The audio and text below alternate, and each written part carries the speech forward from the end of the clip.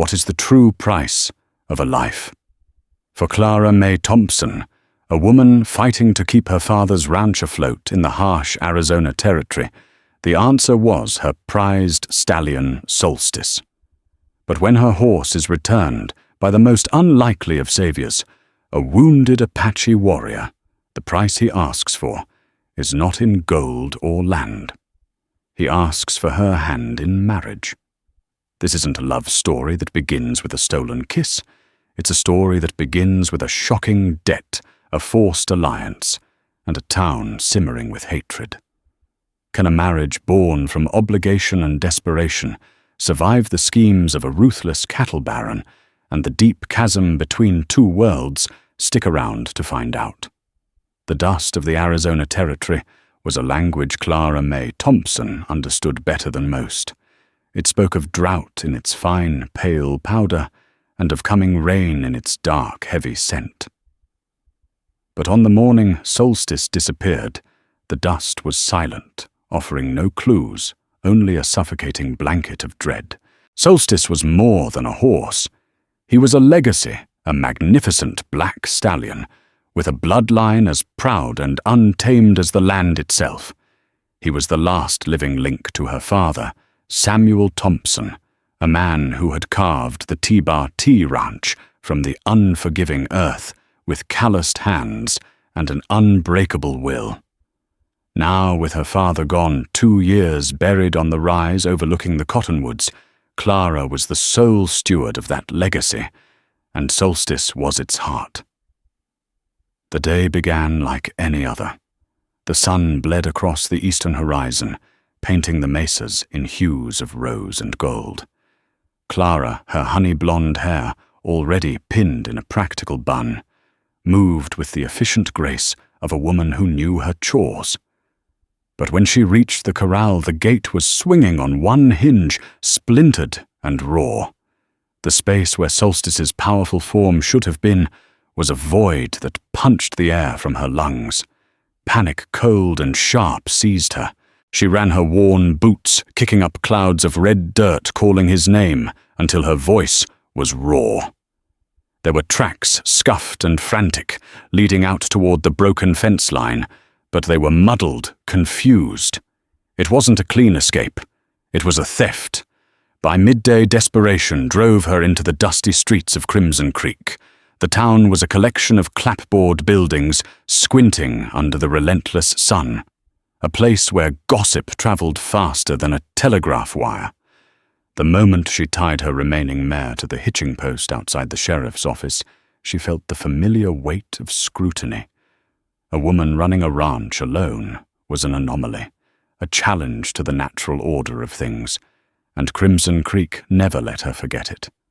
Sheriff Brody, a man whose weary face was a roadmap of compromises and regrets, listened patiently.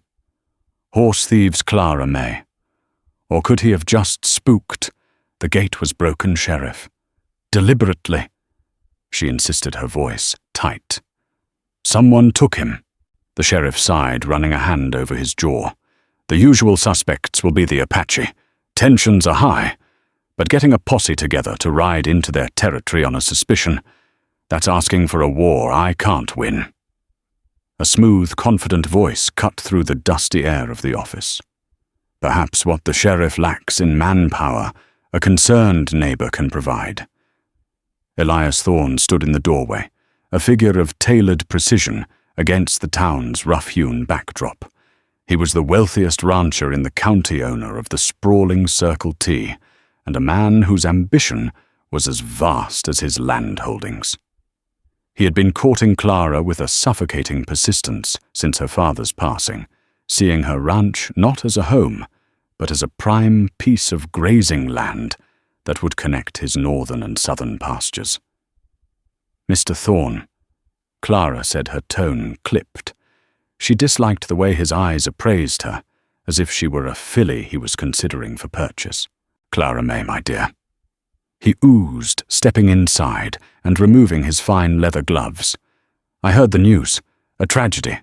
I'll send my best men out at once. We'll find your stallion. That's kind of you, but Nonsense. "A woman shouldn't have to bear these burdens alone," he said, placing a proprietary hand on her shoulder.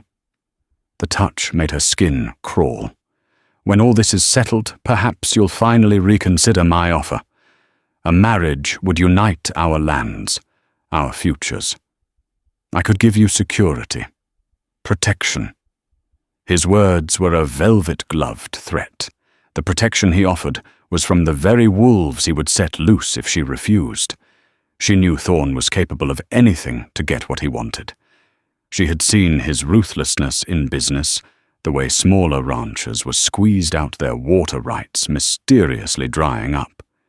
She politely but firmly declined his help, earning a cold smile that didn't reach his eyes. "Suit yourself, Clara May, but don't come crying to me when you find him sold for scraps south of the border." For 3 days, Clara rode the range until she was raw with exhaustion and despair.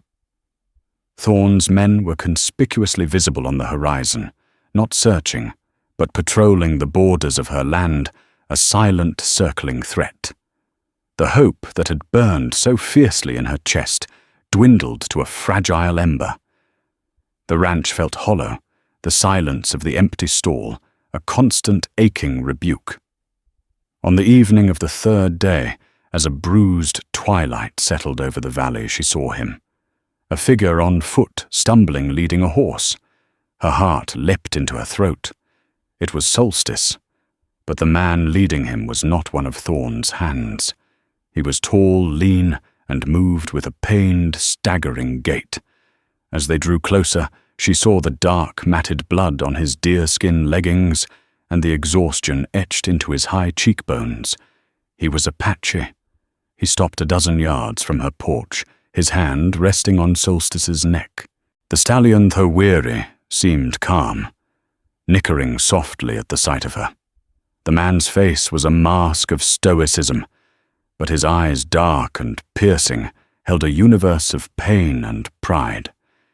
He had a deep gash on his thigh, poorly bound with a strip of cloth, and his shoulder was slumped at an unnatural angle. He did not speak. He simply held out Solstice's reins. Clara stood frozen, her mind a maelstrom of confusion and fear. The town's warnings, the sheriff's words, Thorne's insinuations, they all screamed at her to run, to bar the door, to raise an alarm. But her father's voice, a low rumble in her memory, whispered a different lesson. Judge a man by his actions, Clara, not by the stories others tell about him. This man, this wounded enemy of her people, had brought her horse back. He was hurt alone, and had walked miles to return what was hers. Slowly, her hand moving as if in a dream, she walked down the porch steps and took the leather reins from his grasp. His fingers were cold. As soon as she had the reins, his strength gave out. He collapsed into the silent dust of the T-Bar-T ranch. Clara's first instinct was to call for help, but she quickly suppressed it. Who would she call? The men in Crimson Creek would see a wounded Apache and reach for a rope, not a bandage. Elias Thorne would see an opportunity. Sheriff Brody would see a problem he didn't want. She was on her own. With strength born of desperation, she managed to drag the unconscious man onto the porch and into the small spare room her father had sometimes used for itinerant ranch hands. He was lighter than he looked, a man of whipcord muscle and bone, but it was still a monumental effort. Solstice watched her, his intelligent eyes following her every move, as if he understood the gravity of the situation. She lit a lamp, the flickering light casting long shadows across the man's face. It was a strong face, carved with a harsh beauty, all sharp angles and unyielding lines. A long, faded scar cut across one eyebrow. He was younger than she first thought, perhaps her own age, or a little older. Her medical knowledge was purely practical, learned from mending fences, birthing calves, and treating the occasional injury on the ranch. But she knew a festering wound when she saw one. The gash on his thigh was deep inflamed and crusted with dirt and dried blood. It smelled of infection. Steeling herself, she fetched a basin of hot water soap and clean cloths. She found a flask of whiskey in her father's old desk. Tending to him was an act of profound intimacy and transgression. She was a lone white woman, touching an Apache warrior, a man her society had branded a savage. Every whispered prejudice, every campfire story of brutality echoed in her mind. Yet as she carefully cut away the deerskin legging, she saw only a man in desperate need. She cleaned the wound as gently as she could. He stirred once, a low groan escaping his lips, his hand clenching into a fist. She paused, her heart hammering against her ribs. "It's all right." She whispered the words, feeling foreign in the tense silence. "You're safe." She wasn't sure if he understood, or even if he was conscious enough to hear. She poured a measure of whiskey directly into the cleaned wound. His entire body went rigid, a sharp hiss of breath drawn through clenched teeth, but he made no other sound. His control was absolute, terrifying. She then bandaged it tightly with strips torn from a clean sheet. His shoulder was dislocated, a painful injury, but one she had no idea how to fix.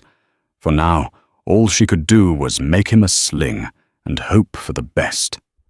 For 2 days he drifted in and out of a fevered sleep. Clara tended to him, dutifully bringing him water, then thin broth when he seemed able to take it. She checked the wound, relieved to see the inflammation subsiding. In his delirium he spoke in a language she didn't understand, the words soft and guttural, full of sorrow and longing. On the 3rd morning she entered the room to find him awake. He was sitting up, his back against the wall, his dark eyes clear and focused on her. The intensity of his gaze was unsettling. It was not hostile but ancient and knowing, as if he could see right through her. "You have questions," he said. His voice was a low rasp, his English surprisingly good though heavily accented. Clara nodded, clutching the tray with the bowl of broth. "My horse. How did you find him?" "He was driven by men on horseback. They ran him into the broken lands, trying to trap him in a box canyon." He explained, his words measured. "They are not skilled horsemen. They are clumsy cattlemen. They left a clear trail." Cattlemen. Clara's mind immediately went to Thorne. Why would they do that? They wanted the horse to be lost or lamed, to weaken you. He looked at her directly. "To weaken the T-bar T. And you?" she asked. "How were you injured?" "One of them shot at me. They thought I was a thief." A bitter irony touched his lips. "I was hunting. I saw what they did. When they left, I went for the stallion. He was panicked. It took time to calm him. The fall that injured my shoulder came later in the dark." He had spent days while injured, tracking and calming her horse, all to return him. "Why?" she asked the question, barely a whisper. "Why would you do that for me?" He was silent for a long moment, studying her face. "My people have a code. A life for a life. A debt for a debt. Your father Samuel Thompson once gave water to my mother and sister when they were lost in the summer heat. He did not turn them away. He did not treat them as animals. He saved their lives. This debt has lain between our families for many seasons." Clara was stunned. She had no memory of this, but it sounded exactly like her father. "By returning your stallion, by saving the heart of your ranch, the debt for the water is paid," he said, his voice taking on a formal, solemn tone. Clara felt a wave of relief.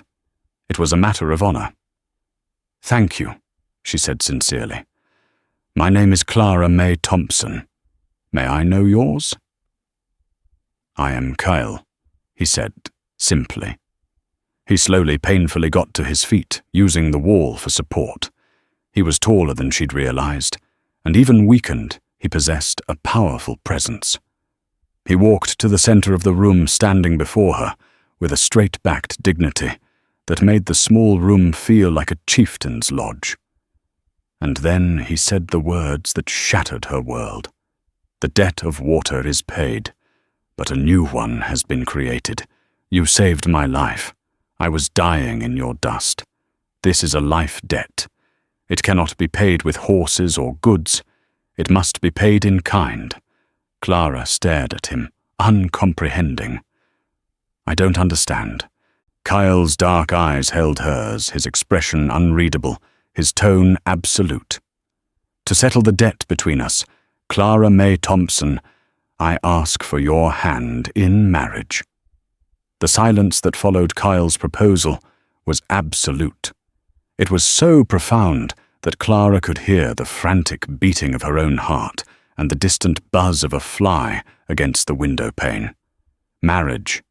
The idea was so preposterous, so utterly beyond the realm of possibility, that her first instinct was to laugh.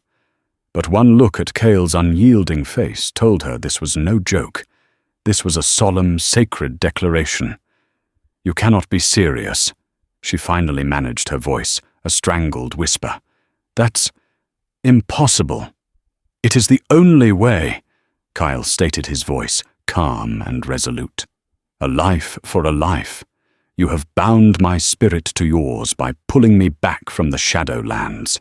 My honor demands I bind myself to you in return, to protect you, to provide for you, to stand by your side. Protect me." The absurdity of it all bubbled up as anger. "By making me a social pariah, by making me an outcast in my own town, a marriage between us wouldn't protect me. It would destroy me. Thorne would—" She stopped herself, realizing she'd almost revealed the depth of her fear of the other man. "Elias Thorne is the reason for this," Kyle said, his perception unnervingly sharp. "He is the snake whose coils are tightening around your ranch. He drove your horse away. His men shot at me. He wants your land and he wants you. Marrying him would be a cage of his making. Marrying me." He paused. "It would be a fortress of mine." His words hit a raw nerve of truth. She was trapped. Thorne was circling like a vulture, and the town offered no sanctuary. The protection he offered was ownership. The fortress Kyle spoke of, however insane it sounded, felt different. It was a shield, not a cage. Before she could formulate a response, the sound of hoofbeats and a carriage rattling to a stop outside shattered the tense quiet. Clara's blood ran cold. She knew that sound. It was Elias Thorne. "Stay here. Don't make a sound," she commanded Cale in a fierce whisper, pushing him back toward the bed, just as a sharp rap echoed on her front door. She smoothed her apron, took a deep breath, and opened the door to find Thorne standing on her porch, a smug, possessive smile on his face. He held a basket laden with goods from the general store. "Clara May," he began, his voice dripping with false concern. "I was so worried when you weren't in town. I brought you some supplies. A woman alone, you know." "I am perfectly fine, Elias," she said, blocking the doorway with her body. "As you can see, Solstice is back." She gestured toward the corral where the stallion stood, a living testament to Thorne's failure. Thorne's smile tightened. His eyes flickered past her, trying to peer into the house. Indeed, a miracle. And how did this miracle occur? The sheriff seemed to think. "He found his way home." Clara lied, her heart pounding. "He's a smart horse." "Is he?"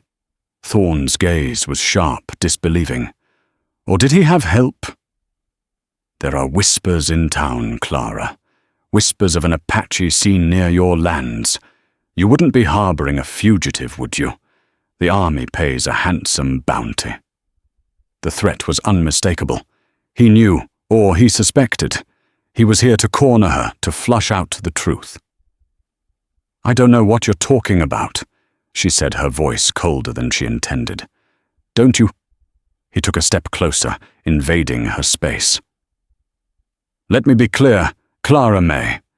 Your reputation is all you have. It is a fragile thing. One word from me, one suggestion that you are a sympathizer, and you will lose everything. No one will buy your cattle. No one will sell you supplies. This ranch your father bled for will wither and die." He lowered his voice. "Marry me. Let me protect you from this ugliness. I will make the whispers stop. I will make you safe." It was a checkmate. He was offering to save her from a fire he was more than willing to start. In that moment, staring into his cold, calculating eyes, she saw her future laid out before her, a gilded cage, a life of silent submission, while he devoured her land and her spirit. And then she thought of the man in the other room, a man who spoke of honor and debt, a man who, despite being her enemy by birth, had shown her more respect than the civilized man standing before her. A reckless, defiant courage surged through her. "Thank you for your concern, Elias," she said, her voice ringing with newfound steel.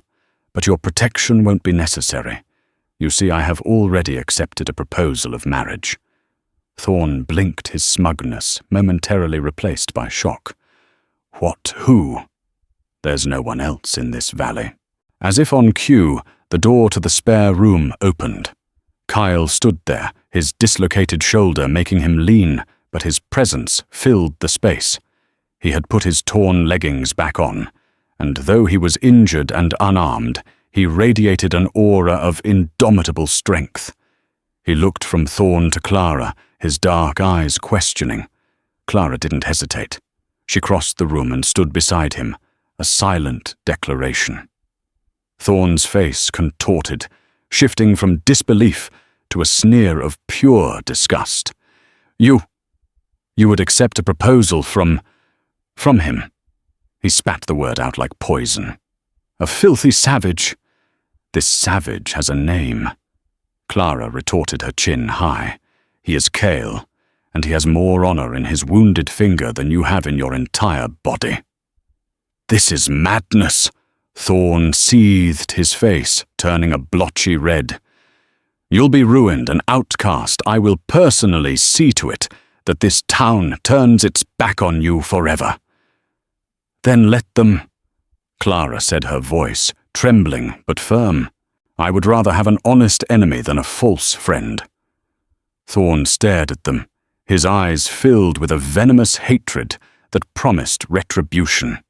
Without another word, he spun on his heel, stormed off the porch, and whipped his carriage horses into a furious gallop, leaving a cloud of angry dust in his wake. Clara stood beside Cale, the silence of the room pressing in on them. The adrenaline faded, leaving a terrifying clarity. She had just thrown down a gauntlet she wasn't sure she could defend. She had traded a known devil for a stranger from a world she couldn't possibly understand. She turned to Cale, her expression grim. "You have your marriage," she said, her voice flat. "But let us be clear. This is an alliance, not a romance. A fortress, as you called it. You will help me protect this ranch from Thorne. In return, you have a place to stay, a sanctuary from men like him. But that is all. There will be no expectations. Do you understand?" Kyle looked at her, his expression unreadable. He saw the fear beneath her bravery, the desperation behind her defiance. He gave a single slow nod. "I understand," he said. "An alliance. In name only." But even as he said the words, he knew, and a part of her suspected that the lines they had just drawn in the sand were destined to be washed away by the coming storm. Their wedding was a mockery of the ceremony. It took place not in the town church, which had made it clear Clara was no longer welcome, but in the dusty office of a circuit judge in a town 30 miles away. The judge, a man named Miller, with whiskey on his breath and coin on his mind, asked no questions. He rushed through the words, his eyes darting nervously toward Kyle, who stood stoic and silent in borrowed trousers and a clean shirt Clara had provided.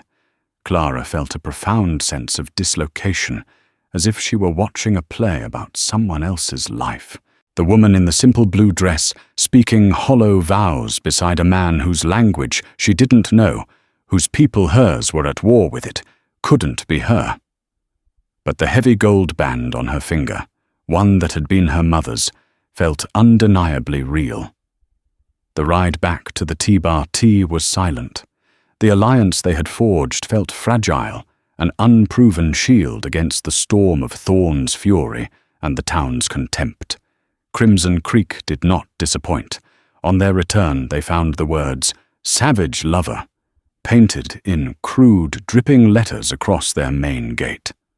Kyle's jaw tightened, but he said nothing.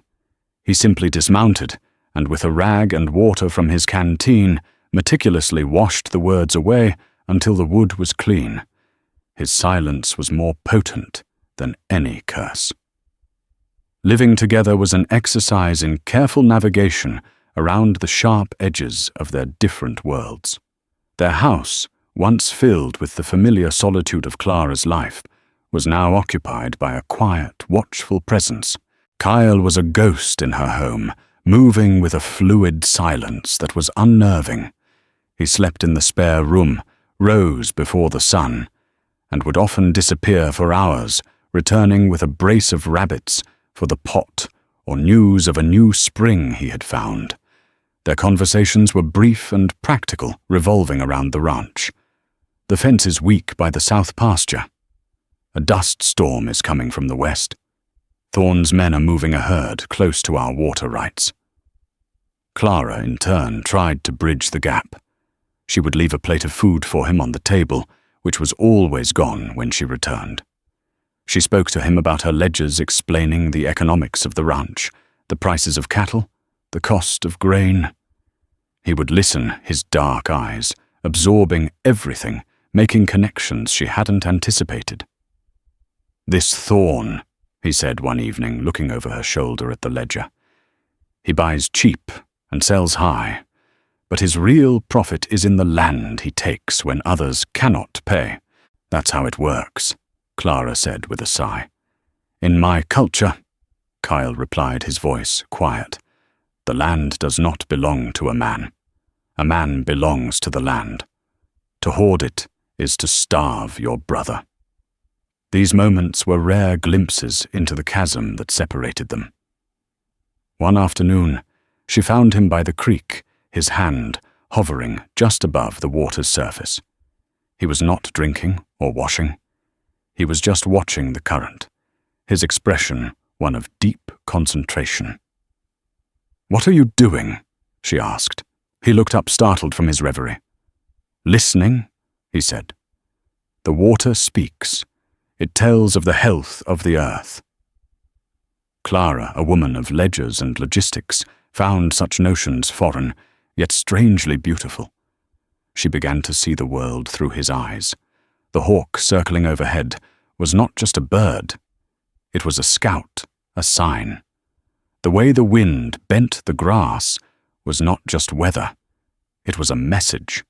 Respect, the foundation of their alliance, began to grow. She saw his skill, his resilience. He could track a lone coyote across stone, predict the weather from the behavior of insects, and reset his own dislocated shoulder with a grunt of pain and a tree branch for leverage. He was not the unthinking savage of Thorne's descriptions. He was intelligent, observant, and possessed an integrity that was as solid and unyielding as the mesas. Kyle, in turn, saw her. He watched her mend a saddle with skilled hands, her brow furrowed in concentration. He saw her face soften when she spoke to Solstice.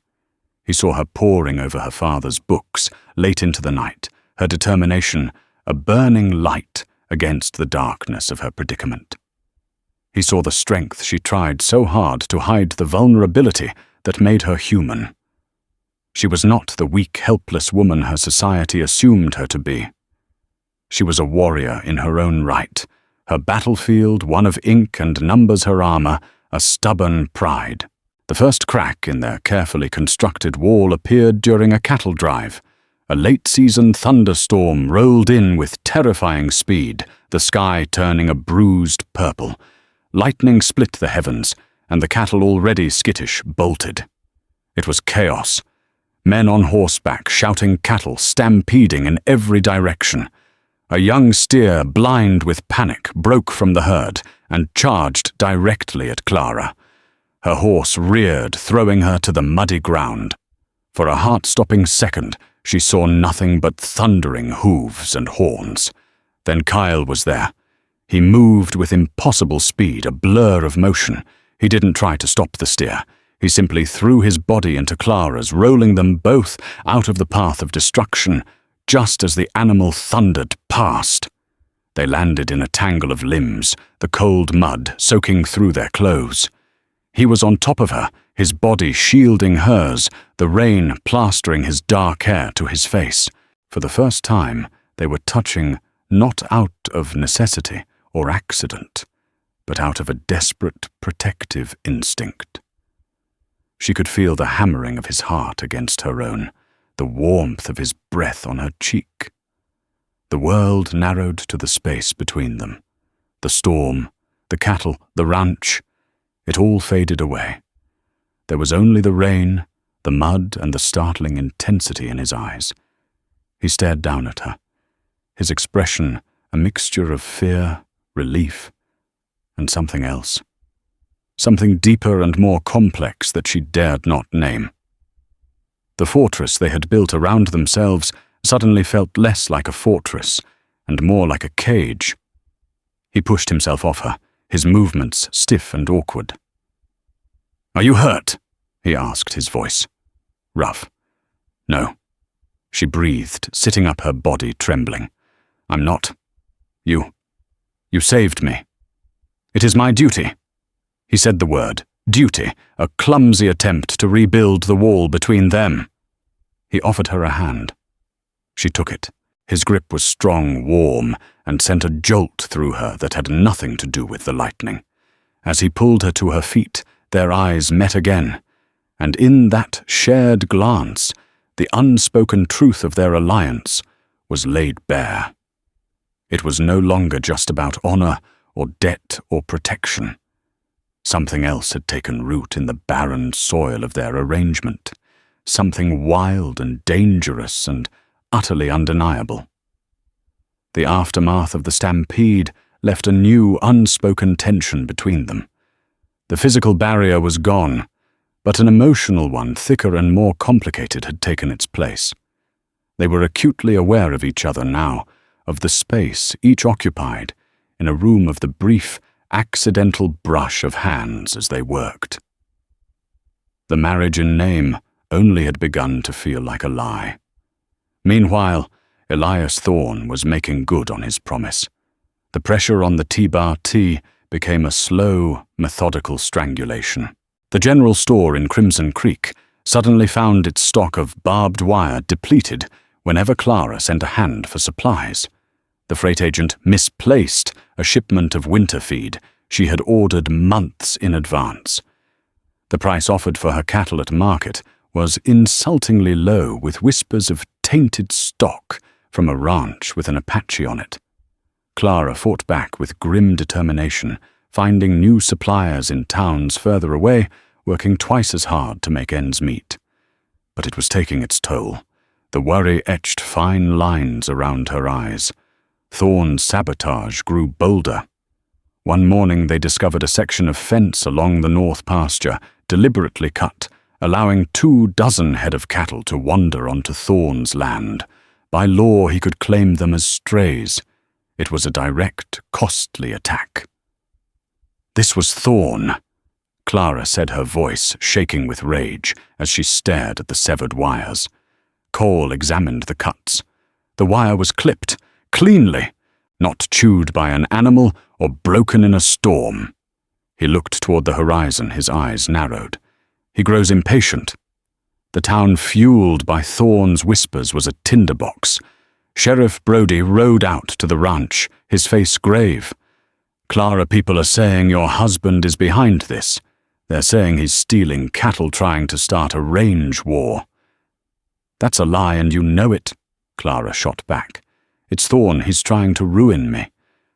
"I can't act on your word alone against a man like Elias Thorne."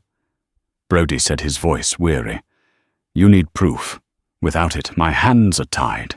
And if this gets any worse, I'll be forced to act on the evidence I do have, and right now, all eyes are on your husband." The injustice of it was suffocating. Cale, who had done nothing but protect her, was being framed, and Thorne, the real snake, was hiding behind his wealth and reputation. That evening, the mood in the house was grim. Clara sat at the kitchen table, her head in her hands, the ledgers forgotten. The weight of it all felt crushing. Cale entered the room, his silence a comforting presence. He placed a small object on the table in front of her. It was a piece of metal, tarnished but ornate. A silver concho, intricately carved with the image of a Texas longhorn, the horns exaggerated and sweeping. It was the kind used to decorate a fancy saddle. "Where did you get this?" Clara asked, picking it up. It was heavy, the craftsmanship expensive. "I found it," he said, his voice low, "on the night your stallion was taken, in the box canyon where they tried to trap him." Clara stared at him. "You found this 3 weeks ago. Why are you only showing it to me now?" "When I returned, Solstice, I had no proof who the men were. It was just a piece of silver. But I have been watching, listening. An alliance requires knowledge of the enemy." He paused, letting his words sink in. "I have seen the saddle it belongs to." Clara's breath caught. "Whose saddle?" "Elias Thorne." Kyle said. "He rides with it every day. It is a mark of his vanity. There is a matching one on the other side.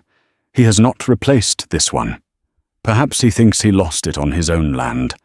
Perhaps he is too arrogant to believe it could be used against him." This was it. The proof. It wasn't just a suspicion anymore. It was a tangible link between Thorne and the crime that had set this entire tumultuous chain of events in motion. This small piece of silver could unravel everything. "We have to take this to Sheriff Brody," Clara said, a surge of adrenaline cutting through her exhaustion. "And say what?" Kyle countered, his voice sharp with caution. "That an Apache found a piece of silver near where your horse was lost. Thorne will say I planted it. He will say I stole it. The sheriff needs more than this object. He needs to see it for himself. He needs to see the empty space where it belongs." Kyle was right. Rushing to the sheriff would be a mistake. They had one chance to use this, and it had to be perfect. Thorne had to be caught in his own lie, publicly, where his money and influence couldn't protect him. A plan began to form in Clara's mind, desperate and dangerous. "He's been trying to buy my northern pasture for months. He says the stream there is vital for his herd." "The stream is small," Kyle noted. "He has the river." "Exactly," Clara said, her eyes gleaming with a strategic light he was beginning to recognize. "It's not about the water. It's about owning what's mine. I'll send him a message. I'll tell him I'm finally ready to sell. I'll tell him to meet me at the property line tomorrow at noon to discuss the price. And I'll send another message to Sheriff Brody, telling him I fear for my safety, and asking him to be there out of sight." Kyle considered it. The risk was enormous. They would be deliberately walking into a confrontation with a man who had already proven he was violent. "He will come on horseback," Kyle said, his mind working through the variables. "He will ride his finest saddle to a meeting where he believes he has finally won." And when he does, Clara finished her hand, closing around the cool, heavy silver of the concho. "We will have him."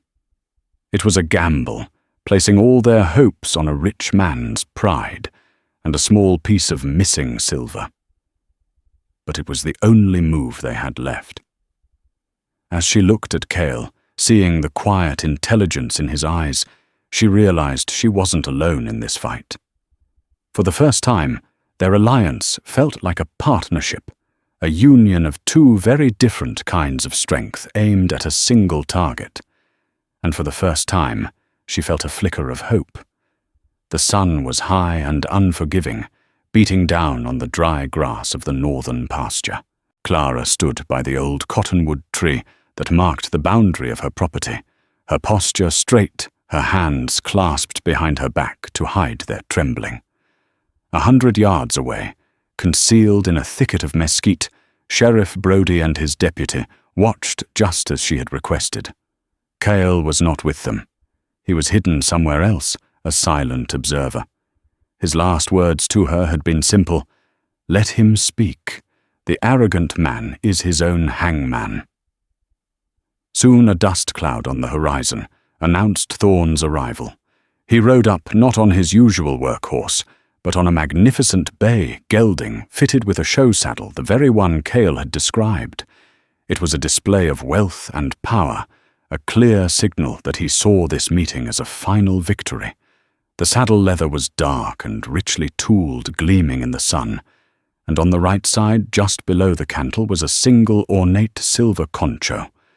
On the left, there was nothing but a small dark circle on the leather where its twin should have been, Clara May. Thorne greeted her, his voice smooth as oiled leather. He swung down from his horse with practiced ease. "I knew you'd come to your senses. It is a wise decision. You fought hard, but a woman's place is not running a ranch into the ground." Clara ignored the insult, her gaze fixed on the saddle. "The land is not for sale, Elias." His smile vanished, replaced by a dark scowl. "Don't play games with me. Your message said my message was an invitation." She cut in her voice, steady, despite the frantic pounding of her heart. "I wanted to return something you lost." She held out her hand, palm up. The silver concho glittered in the sunlight, an exact match to the one on his saddle. Thorne stared at it, his face paling. For a fraction of a second, raw panic flickered in his eyes before he masked it with a sneer. "What is this? Some piece of junk you found? It's not junk, Elias. It's a silver concho with a Texas longhorn carved into it, a rather unique design," she said, her voice rising so the hidden sheriff could hear. "Just like the one on your saddle, and it's funny it seems you're missing one from the other side." Thorne's eyes darted around, suddenly realizing this was a trap. "This is absurd. You think this proves something?" "I know what it proves." Clara pressed on, taking a step closer. "Kyle found it in the Box Canyon, the same canyon where my stallion was driven.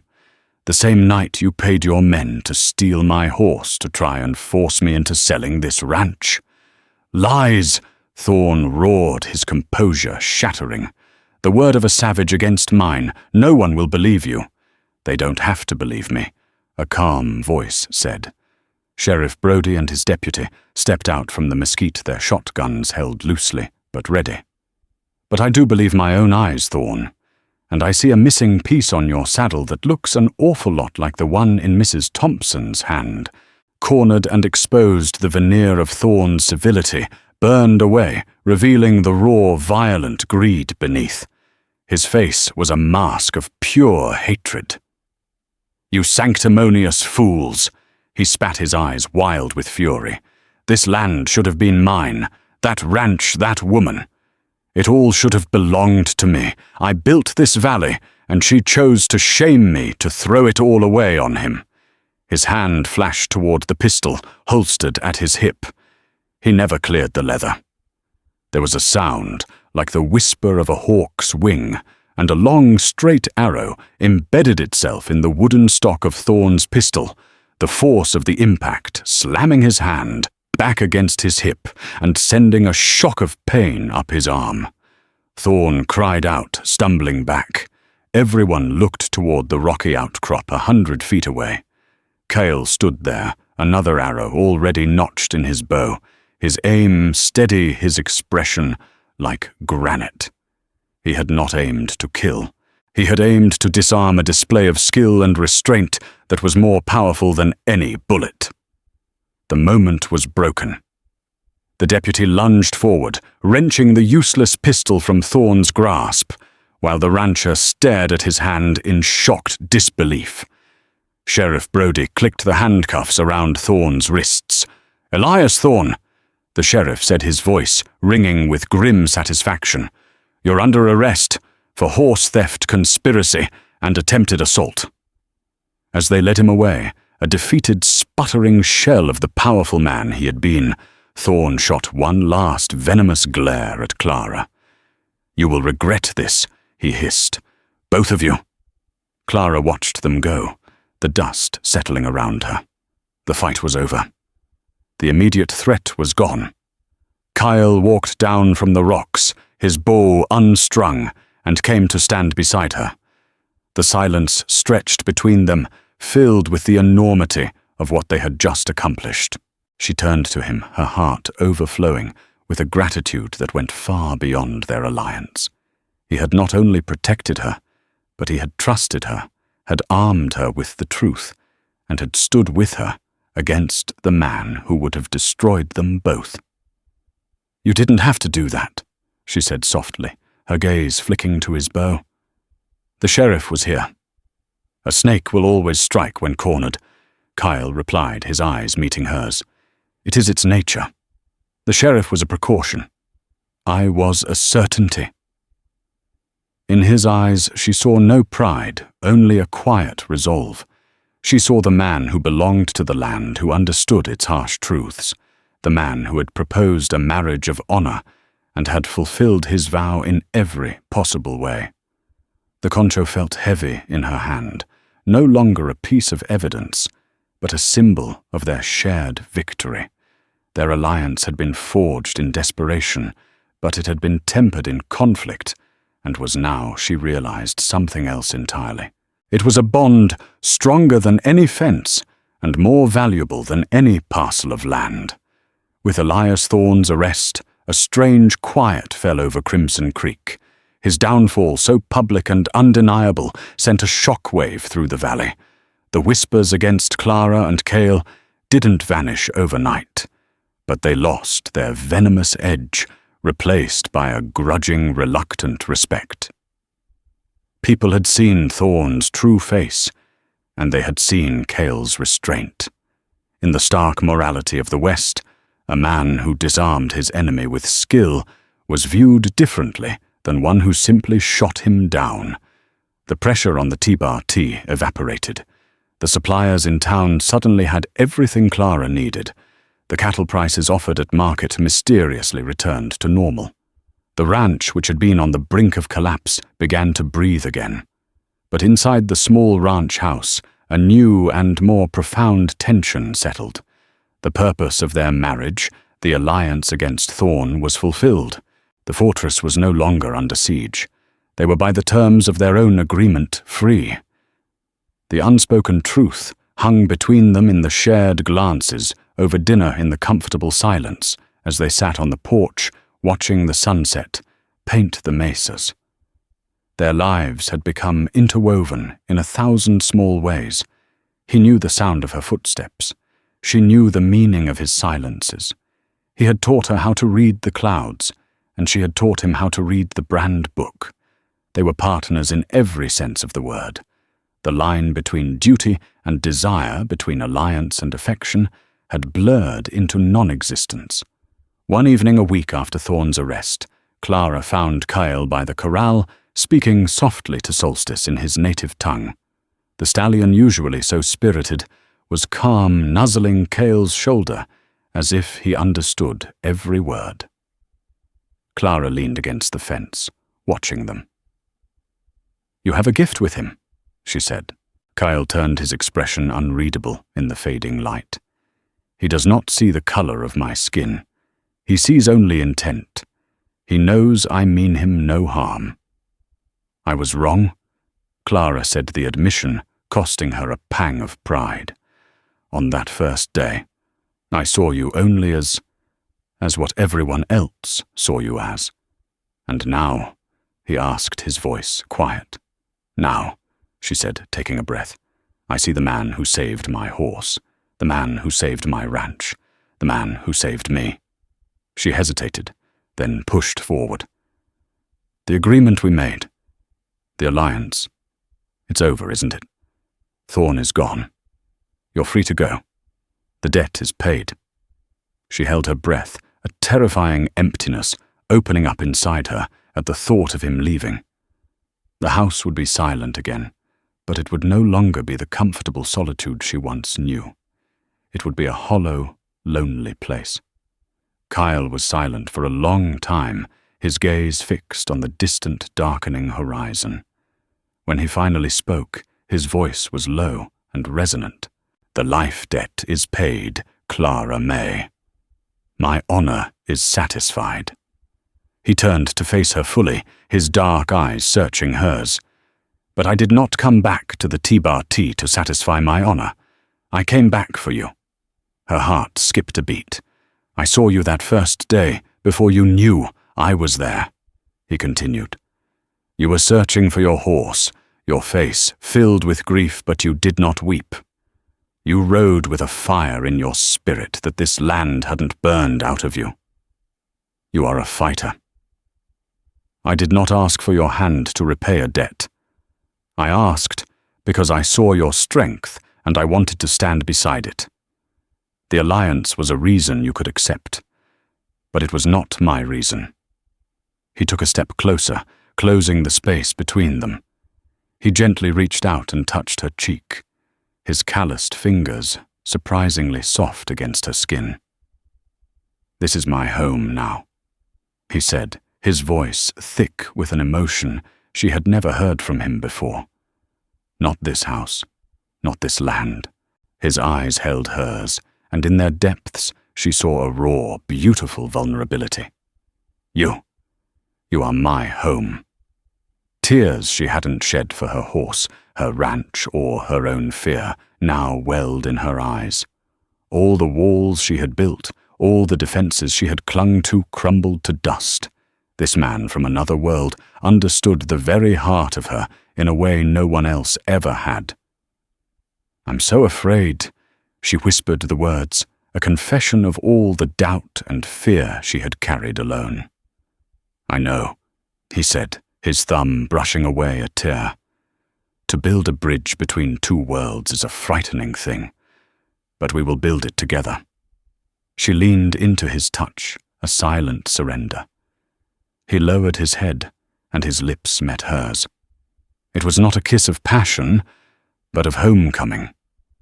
It was a gentle, searching kiss that spoke of respect earned, of battles won, and of a future they would have to carve out for themselves together. It tasted of dust and desperation, of honor and hope. In the quiet of the Arizona twilight, surrounded by the land that had tested them, and the legacy that defined them, the wounded Apache and the determined rancher were no longer just allies. They were husband and wife, their marriage no longer a fortress against the world, but a home built on the solid bedrock of a love that had defied all reason. Thank you for joining us on this journey to the heart of the Wild West. Clara and Kyle's story reminds us that true strength isn't about the land you own or the battles you win, but about the courage to defy expectations and build bridges where others see only walls. It's a testament to the fact that honor, respect, and love can blossom in the most unforgiving of landscapes, proving that sometimes the greatest risks lead to the most profound rewards. If this story of courage, defiance, and unexpected love moved you, please take a moment to support our channel. Hit that like button to let us know you enjoyed it. Share this video with a friend who loves a dramatic story, and most importantly, subscribe and turn on notifications so you won't miss our next tale. Your support allows us to keep bringing these stories to life. Thank you for listening.